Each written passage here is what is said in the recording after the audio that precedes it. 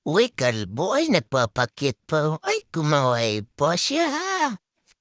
Ang pogi nung nasa gitna. Ayan, ang bago nating Tagaytay Feels. Ang San Pablo Highlands. Malapit pala siya sa Twin Lakes. Mga 1 kilometers away.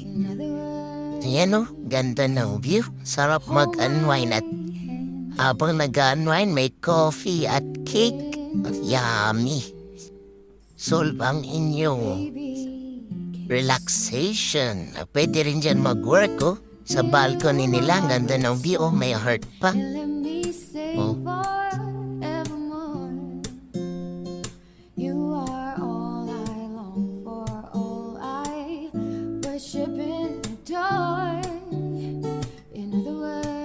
Yan, sa entrance, pagpasok mo, makikita mo tong mga gagandang nilalang na to. Yan ang pogi, tsaka ang ganda.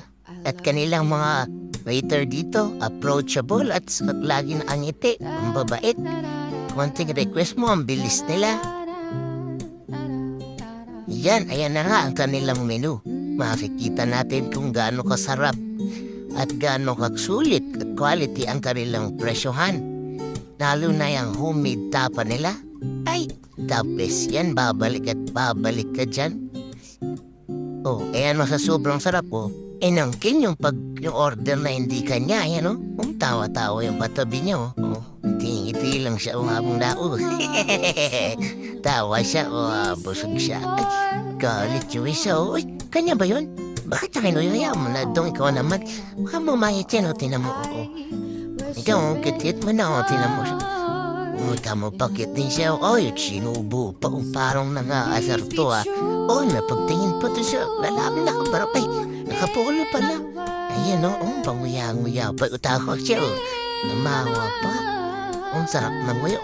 Nabublunan pa. Ayan, katawa kasi. Uy, kayo na naman, ba?